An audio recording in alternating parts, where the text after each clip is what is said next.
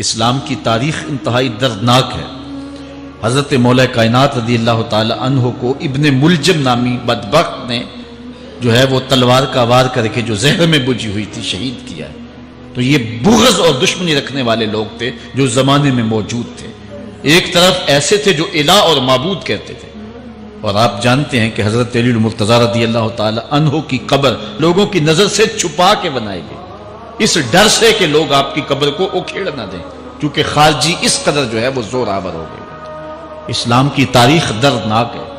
حضور علیہ السلام فرماتے ہیں جتنے دکھ مجھے دیے گئے کسی کو نہیں دیے گئے، کسی نبی کو نہیں پہنچے۔ حضرت صدیق اکبر رضی اللہ تعالیٰ عنہ کی 2 سال 2 ماہ 8 دن دور خلافت آپ کا زمانہ دیکھیں، ٹکنے نہیں دیا گیا، سازشیں، مصائب، اعلان۔ حضرت سیدنا عمر رضی اللہ تعالیٰ عنہ کو شہید کیا گیا۔ حضرت عثمان غنی رضی اللہ تعالیٰ عنہ پہ 40 دن پانی بند رکھا گیا اور پھر انہیں شہید کیا گیا۔ حضرت مولا کائنات شہید کیے گئے۔ حضرت امام حسن کو زہر دیا گیا۔ حضرت امام حسین کو بچوں کے سامنے ذبح کر دیا گیا۔ حضرت امام اعظم ابو حنیفہ کی وفات جیل میں ہوئی۔ امام احمد بن حنبل کے بدن پہ اتنے کوڑوں کے نشان تھے کہ جب قمیض اٹھاتے تھے تو ہر جگہ کوڑوں کے نشان ہی نظر آتے۔ امام مالک کو مدینے کی گلیوں میں گدھے کے اوپر بٹھا کے کالا منہ کر کے وقت کے حاکم نے پھرایا۔ حضرت مجدد الفسانی علیہ رحمہ کو گوالیار کے قلعے میں جو ہے وہ قید کیا گیا۔ علامہ فضل حق خیر آبادی کو جزیرہ انڈمان کالے پانیوں کی سزا دی گئی۔ اہل حق کی تاریخ دیکھیں، دردناک تاریخ ہے۔ آج بھی کابل میں، کندھار میں، قلعہ جنگی میں، دشت لیلہ میں، تورا بورا میں، تکریت میں، موصل میں، بغداد میں، کشمیر میں، غزہ میں، یہاں برما میں دیکھو کون سی قیامت نہیں توڑی جا رہی۔ ہمارے ساتھ ماضی دیکھیں تو ہمیں بغداد کی وہ دردناک کہانی سامنے آتی ہے جب انسانی کھوپڑیوں کا مینار تعمیر کیا جا رہا ہے اور منگول سردار نے اپنی فوج کو حکم دیا تھا کہ جو کسی مسلمان کا سر نہیں لائے گا اس کا سر کاٹ کے اس مینار پہ لگائیں گے۔ پھر لوگ پیسے لے کے پھرتے تھے کہ مسلمان کا پتہ دے اور اس کی کھوپڑی کاٹی جائے۔ کچھ لوگ جان چھپانے کے لیے تہہ خانوں میں گھس گئے۔ پھر دجلہ کا بند توڑا گیا۔ 1.25 لاکھ لاشیں ہم نے تہہ خانوں سے نکالی تھی۔ اندلس کی تاریخ پڑھیں، ہمارے ساتھ جو قیامت توڑی گئی۔ مصر کے اندر 30,000 فاطمی کو شہید کیے گئے۔ غریب و سادہ و رنگی ہے داستان حرم، نہایت اس کی حسین اور ابتدا ہے اسماعیل۔ یہ اسلام کی تاریخی درد سے، خون سے بھری پڑی ہے۔ تو حضرت مولا کائنات سیدنا علی المرتضیٰ رضی اللہ تعالی عنہ کو اس وقت اگر خدا کہنے والے بدبخت تھے تو ان کو شہید کرنے والے اور اس ڈر سے کہ ان کی قبر کو کھیڑ نہ دیا جائے خارجی اتنے زور آور ہیں تو ان کو جو ہے وہ لوگوں کی نظروں سے چھپا کر کے جو ہے وہ رکھا گیا۔ اور ایک دور وہ بھی آیا کہ ممبروں پہ بیٹھ کے مولا علی کو گالیاں دی جاتی تھی۔ یہ تاریخ میں یہ دور بھی آیا۔ آپ پڑھیں تاریخ، بنو امیہ کا ایسا دور بھی دنیا نے دیکھا ہے۔ اسی لیے حضور نے فرمایا تھا من سب علی فقد سبنی، جس نے میرے علی کو گالی دی اس نے مجھے گالی دی۔ اور لوگوں نے ممبروں پہ بیٹھ کے باقاعدہ حکومت کی طرف سے یہ جو ہے وہ قانون تھا کہ تمہارا خطبہ مکمل نہیں ہوگا جب تک علی کو گالی نہیں دو گے۔ یہ لمحے بھی آئے جب اس دور میں دشمن علی موجود تھے، مبغضین موجود تھے اور افراط محبت میں رکھنے والے موجود تھے۔ تو یہ دور تو اسلام کا حضور کے دور سے 1400 سال پیچھے ہے، تو یہاں بغض رکھنے والے بھی موجود ہیں۔ اس عنوان کے ساتھ اگر عنوان چھیڑوں تو یہ لمبی گفتگو ہو جائے گی، یہ میرا موضوع نہیں ہے، لیکن اتنی بات میں کہوں گا، اللہ کا شکر ادا کرو، اللہ نے تجھے اہل بیت کے در کا بھی غلام بنایا ہے اور صحابہ کا بھی غلام بنایا ہے۔ کچھ لوگ صحابہ کا نام لے کے اہل بیت کو برا کہتے ہیں، کچھ اہل بیت کا نام لے کے صحابہ کے خلاف بکواس کرتے ہیں۔ ہمارے بزرگ فرمایا کرتے تھے صحابہ نبی کے در والے ہیں، اہل بیت نبی کے گھر والے ہیں۔ ہم کہتے ہیں گھر والوں تجھے بھی ہمارا سلام، در والوں تجھے بھی ہمارا سلام۔ ہم در والوں کو بھی سلام کرتے ہیں، گھر والوں کو بھی سلام کرتے ہیں۔ کسی نے حضور خطیب الاسلام سے پوچھا تھا کہ حضرت عائشہ افضل ہیں یا حضرت فاطمہ افضل ہیں؟ پوچھنے والے نے تو صاحبزادہ سعد کو پھنسانا چاہا تھا، لیکن جن کے عقیدے صاف ہوں وہ پھنستے نہیں ہیں، ان کے عقیدے واضح ہوتے ہیں۔ تو حضرت صاحبزادہ نے فرمایا کہ میاں اگر دیکھو بیٹی ہونے کی حیثیت سے تو فاطمہ بیٹی ہے نبی کی اور عائشہ بیٹی ہے ابو بکر کی۔ ابو بکر کی بیٹی نبی کی بیٹی سے افضل تو نہیں ہو سکتی. اور اگر دیکھو بیوی ہونے کی حیثیت سے، فاطمہ بیوی ہے علی کی اور عائشہ بیوی ہے نبی کی. علی کی بیوی نبی کی بیوی سے افضل تو نہیں ہو سکتی. تو یہ اپنے عقیدے کو واضح کر دیا. اللہ آپ کو سلامت رکھے اور حق کی راہوں کا مسافر رکھے. آج کا عنوان ہے حضرت مولا کائنات کے اقوال حکمت، ان کی زندگی کا نچوڑ. اللہ نے بصیرت کا جو نور اور جو ہے وہ دانش اور فہم و ادراک کے جو اجالے مولا کائنات کو دیے تھے وہ انہی کا مقصود ہے. ایک ایک بات سے نور نکلتا ہے. اور اللہ قرآن میں فرماتا ہے جس کو حکمت عطا کر دی گئی اس کو خیر کثیر عطا کر دیا گیا. حکمت وہ اس بات کو کہتے ہیں کہ جس کو لوگ نقل کریں اور جس سے فائدہ حاصل ہو. حضرت مولا کائنات کی باتوں کو لوگوں نے لکھا، یاد کیا اور آگے منتقل کیا. آج سارا دن اور گزشتہ شب حضرت مولا کائنات کے بہت سارے فرامین کو پڑھا ہے، سینکڑوں کے اعتبار سے مختلف کتب سے کھنگالا ہے. اور جس طرح وہ ایک مکھی شہد نچوڑتی ہے، ایک ایک پھول پہ بیٹھ کر کے رس تیار کرتی ہے، ایک شہد آپ کے لیے تیار کیا ہے اور آج کی مجلس میں آپ کی نظر کرنا چاہ رہا ہوں. اور دیکھیے کہ مولا کائنات حکمت کے کیسے دروازے ہیں. اسی لیے حضور نے فرمایا آنا دار الحکمت و علی بابھا، آنا مدینۃ العلم و علی بابھا. میں حکمت کا گھر ہوں، علی دروازہ ہے. میں حکمت کا شہر ہوں، علی اس کا دروازہ ہے. تو شریف لوگ شہر میں دروازے کے راستے ہی جایا کرتے ہیں. دیواریں پھلانگ کر کے جانا شریف لوگوں کا شیوا نہیں ہوتا ہے. علم کی خیرات لینی ہے تو مولا علی کی دہلیز پہ آنا ہوگا. حضرت مولا کائنات فرماتے ہیں میں نے اپنے ارادوں کی شکست سے اپنے رب کو پہچانا ہے. جو میں منصوبہ بندی کرتا ہوں نتیجہ یہ نکلے گا، میرا خیال ہوتا ہے یہ ہوگا، لیکن ایسا نہیں ہوتا. ہوتا وہ ہے جو رب کو منظور ہوتا. اس لیے میں اپنے ارادوں کی شکست سے اپنے رب کو پہچانا ہے. حضرت مولا کائنات زندگی گزارنے کا ڈھب، اسلوب اور طریقہ بتا رہے ہیں. سنو، فرماتے ہیں خالط الناس مخالطتاً ان متتم معہا بقو وان عشتم ہنو الیکم. لوگوں کے ساتھ ایسی زندگی گزارو کہ اگر تم مر جاؤ تو لوگ روئیں کہ کوئی قیمتی متاع کھو گئی، اور اگر تم زندہ رہو تو لوگ تمہاری صحبت کے مشتاق رہیں، تمہاری مجلس میں بیٹھنے اور تمہارے پاس آنے کی آرزو اپنے سینے میں رہے. مرو تو زمانہ تڑپے، تمہاری موت پہ لوگوں کے سینے میں دل دہل جائے، اور جیو تو لوگ تمہاری خدمت میں حاضر ہونا اپنے لیے ایک سعادت مندی سمجھے. مولا کائنات رضی اللہ تعالی عنہ دشمن پر طاقت پانے والے کے لیے ایک نصیحت کرتے ہیں. فرماتے ہیں اذا قدرت علی عدوک فاجعل العفو عنہ شکرا للقدرت علیہ.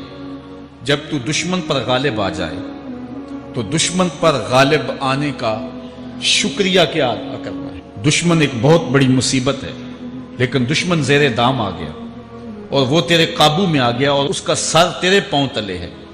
اب اللہ کا شکر اس حال میں کہ مالک تو نے دشمن پر مجھے غلبہ دیا، طاقت دی، تو شکر کیا ہے؟ حضرت مولا کائنات فرماتے ہیں دشمن پر غالب آنے کا شکریہ یہ ہے کہ دشمن کو معاف کر دو. یہ بڑے لوگوں کا شیوا ہوتا ہے. جب دشمن قابو آ جائے تو پھر اس سے درگزر کرنا، یہ اللہ تعالیٰ کا شکر ادا کرنا ہے. یہ اللہ تعالیٰ جل شانہ کی اس کرم نوازی کا شکریہ ادا کرنا ہے. زہد کیا ہے؟ حضرت مولا کائنات رضی اللہ تعالی عنہ کا ایک 4 لفظی فرمان سنیے اور زہد کی تعریف کتنی خوبصورتی کے ساتھ کی. فرمانے لگے افضل الزہد اخفاء الزہد. بہترین زہد یہ ہے کہ زہد کو پوشیدہ رکھا جائے. بہترین زہد یہ ہے کہ زہد کو پوشیدہ رکھا جائے.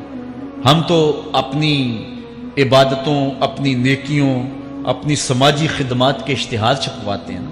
وہ کسی زمانے میں ہم سنتے تھے نیکی کر دریا میں ڈال، اور اب کہتے ہیں نیکی کر اخبار میں ڈال. یہاں زہد، ترک دنیا، اللہ تعالیٰ کی عبادت کا جو ذوق بندے کو نصیب ہوتا ہے، وہ بہترین اور افضل زہد کیا ہے؟ کہا زہد کو پوشیدہ رکھنا، یہ افضل زہد ہے. حضرت مولا کائنات کا ایک اور فرمان سنیے اشرف الغنا ترک المنا. بہترین دولت مندی کیا ہے؟ جس کے پاس مربے زیادہ ہیں، جس کے پلازے زیادہ ہیں، جس کا بینک بیلنس زیادہ ہے، جس کے پاس جو ہے وہ بہت ساری دولتیں ہیں، سونا اور چاندی کے انبار ہیں، کون سب سے زیادہ دولت مند ہے؟ افضل دولت مندی کیا ہے؟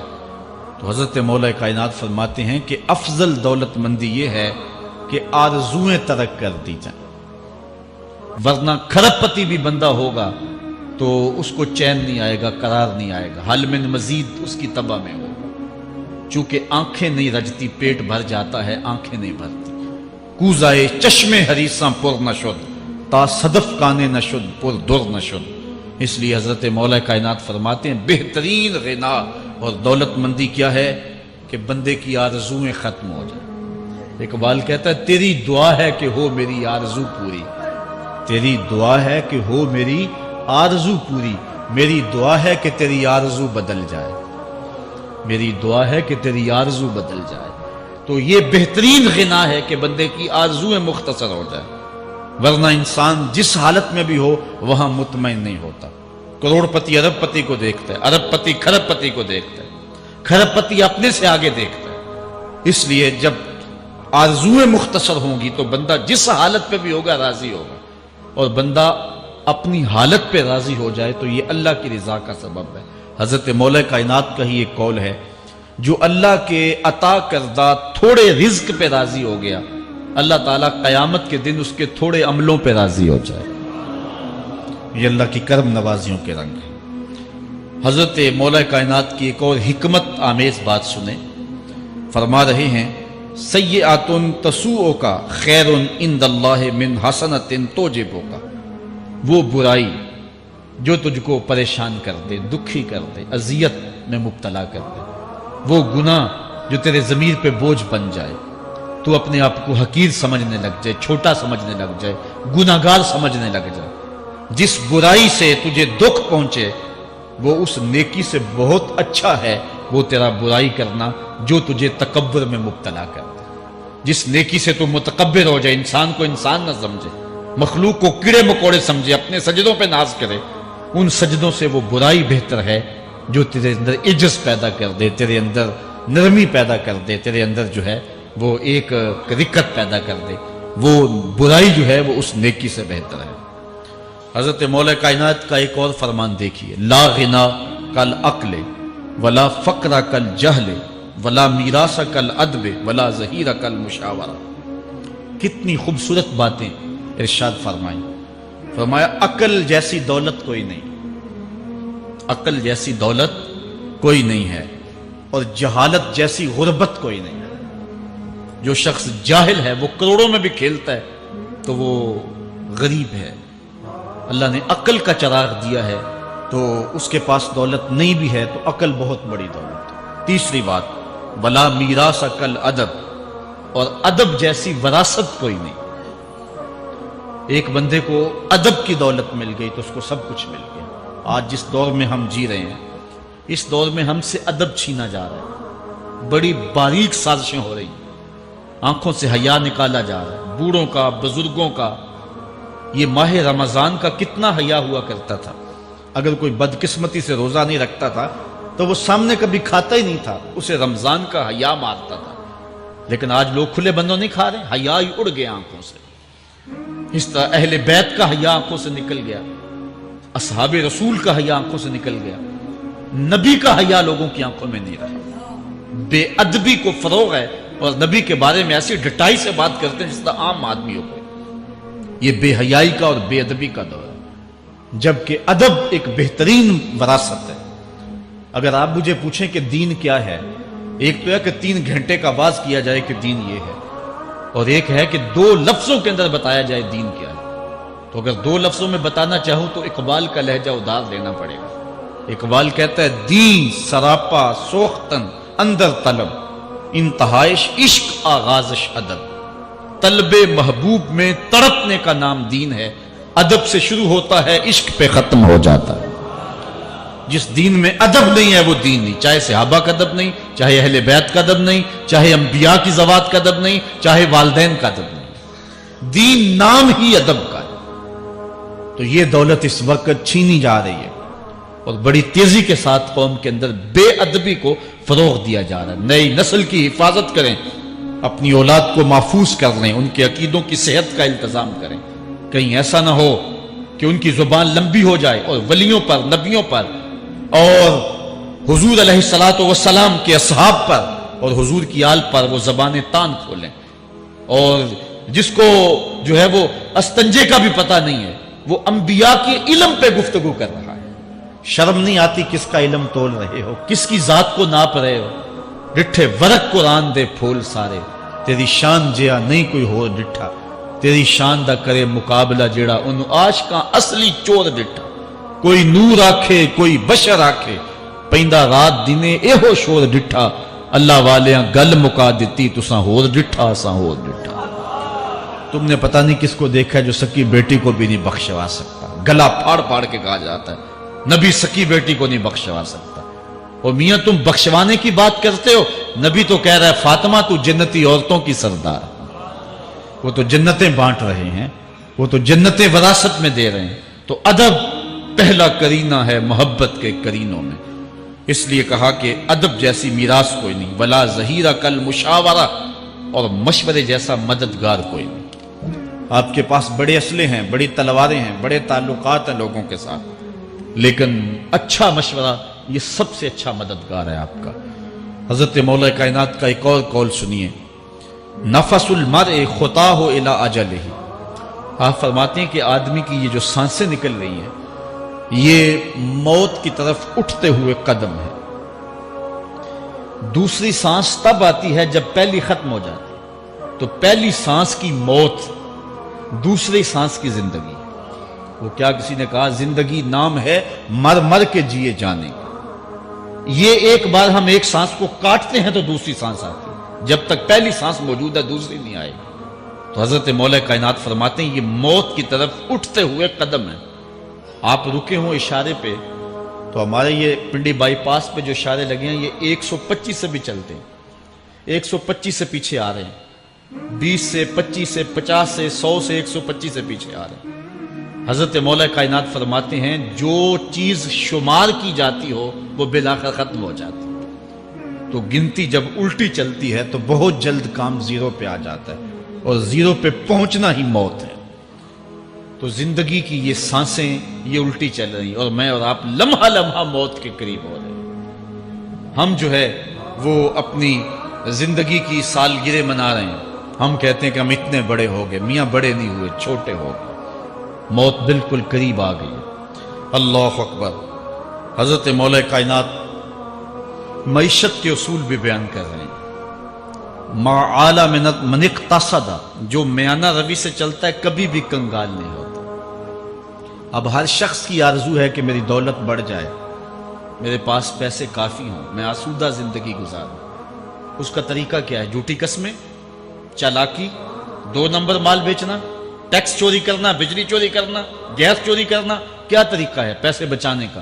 مولا کائنات سے پوچھیں، مولا علی سے پوچھیں. مولا علی فرماتے ہیں استنزل الرزق بالصدقہ، صدقہ دیتے جاؤ رزق بڑھتا چلا جائے گا. جو کماتے جاؤ اس میں کچھ حصہ رکھ لو اللہ کی راہ میں، صدقہ دیتے جاؤ گے تمہارا رزق بڑھتا چلا جائے گا. اچھا حضرت مولا کائنات کا ایک اور قول دیکھیے اور اس کا حسن دیکھیے. من ظن بک خیرا فصدق ظنہ، جو تیرے بارے میں اچھا گمان کرے تو اس کے گمان کو سچائی کر دے. تو وہ نہیں ہے جو کوئی تیرے بارے میں گمان کر رہا ہے. لوگ تجھے اچھا سمجھتے، تو اچھا نہیں ہے، تو تو اچھا بن جا تاکہ لوگوں کا گمان ٹھیک ہو جائے. اعلی حضرت عظیم البرکت امام احمد رضا خان فاضل بریلوی علیہ رحمہ، آپ کے بارے میں لوگوں کا گمان تھا کہ حافظ قرآن ہے. آپ حافظ نہیں تھے، تو آپ کے بارے میں یہ گمان پیدا ہو گیا کہ یہ حافظ ہے. تو رمضان کا موسم آیا تو کسی نے کہا حضرت اس مرتبہ آپ ہی سنا دیں. تو اعلیٰ حضرت نے سوچا یہ میرے بارے میں اچھا گمان کرتے ہیں، چلو حافظ بنے جاتے ہیں. اعلیٰ حضرت نے قرآن 1 مہینے میں حفظ کیا. دن کو پڑھتے تھے، شام کو سنا دیتے تھے کہ جو لوگوں کا گمان ہے میں اس کے مطابق ہی ہو جاؤں. اچھا گمان کی کہانی سنیے. صحیح حدیث میں آتا ہے اور حدیث قدسی ہے، رب کہتا ہے میرا بندہ میرے بارے جو گمان کرتا ہے میں ایسے ہی ملوں گا. اس لیے اپنے رب کے بارے میں اچھا گمان کرنا چاہیے کہ ہمارا رب ہمیں معاف کر دے گا اور ہمارے گناہوں سے درگزر فرمائے گا۔ حضرت مولا کائنات کا ایک اور حکمت آمیز جملہ سماعت کیجئے، من عظم صغار المصائب ابتلاہ اللہ بکبارہا۔ چھوٹی سی مصیبت آ جائے جو بندہ واویلا شروع کر دے، مصیبت آ گئی، چھوٹی سی بیماری آئے تو شور کرے، چھوٹی سی مصیبت آئے تو شور کرے، اللہ اس کو پھر بڑی مصیبت میں مبتلا کر دیتا۔ جہاں ضرورت نہیں ہے وہاں اظہار کی کیا ضرورت؟ بیماری ہے تو ڈاکٹر کو بتاؤ، بندے کو بتانے کا کیا فائدہ؟ ہمارے ایک دوست ہیں کہ وہ کہتے ہیں کہ پہلے اگر کسی سے پوچھتے تھے نا کہ کیا حال ہے تو وہ کہتا تھا شکر ہے، اور آج کسی سے پوچھے تو وہ کہتا ہے شوگر ہے۔ یعنی اللہ تعالیٰ جل شانہ نے اگر تمہیں کسی ابتلا میں مبتلا کر دیا ہے تو اس کا شور، اس کا واویلا نہ کرو۔ جو چھوٹی مصیبت پر واویلا کرے گا اللہ پھر اس کو بڑی مصیبت میں مبتلا کر دے گا۔ حضرت مولا کائنات کا ایک اور حکمت آمیز جملہ سماعت کیجئے، آپ فرماتے ہیں زندگی گزارنے کا گر اور طریقہ، فرماتے ہیں عظم الخالق عندک یصغر المخلوق فی عینک۔ اگر تیری نظر میں خالق بڑا ہوگا تو پھر مخلوق چھوٹی ہو جائے گا۔ اگر اللہ کی عظمت کا تجھے لحاظ ہے کہ وہ بہت عظیم ہے تو پھر مخلوق کی پرواہ نہیں ہوگی۔ حضرت مولا کائنات رضی اللہ تعالیٰ عنہ فرماتے ہیں کہ ایک باندی کے ہاتھ کے اندر خنزیر کی انتڑیاں ہوں، میں دنیا کو اتنی نظر سے بھی نہیں دیکھتا۔ تو یہ انسان اللہ کی عظمتوں کا اور اللہ کی شانوں کا جب لحاظ اسے ہوتا ہے تو پھر دنیا اس کی نظر میں جو ہے وہ کوئی قدر و قیمت نہیں رکھتی۔ ایک روایت میں آتا ہے جس کو اللہ نے قرآن دیا اور اس نے دنیا داروں کو دیکھا رشک کی نظر سے کہ ان کو دولت دی گئی، ان کو فلاں دیا گیا، میں تو بہت پیچھے رہ گیا۔ قد حقر ما آتاہ اللہ، اس نے اللہ کی عطا کو حقیر جانا۔ وہ میاں انہیں دولت دی گئی ہے، رب نے تجھے اپنا قرآن عطا کیا، تو پھر جو ہے وہ تو حقیر تو نہیں ہے، تجھے تو اعلیٰ چیز عطا کر دی گئی ہے۔ تو جس نے اللہ کی عظمت اور خالق کی عظمت کا اقرار کیا پھر مخلوق اس کی نظر میں کوئی حیثیت نہیں رکھتی ہے۔ کن فی الفتنۃ کابن اللبون لا زہر فیرکب ولا درع فیحلب۔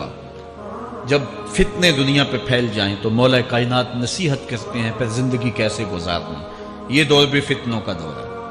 حضرت مولا کائنات فرماتے ہیں جب فتنے معاشرے میں پھیل جائیں تو پھر اونٹ کے 2 سالہ بچے کی طرح ہو جائے کہ اگر لوگ اس پہ سواری کرنا چاہیں تو وہ سواری کے قابل نہ ہو، اور لوگ اگر اس کا دودھ دونا چاہیں تو وہ دودھ نہ دے، یعنی وہ فتنے کو کسی طرح سے بھی تقویت نہ دے، اس طرح کا ہو جائے جس طرح اونٹنی کا 2 سال کا بچہ ہوتا ہے۔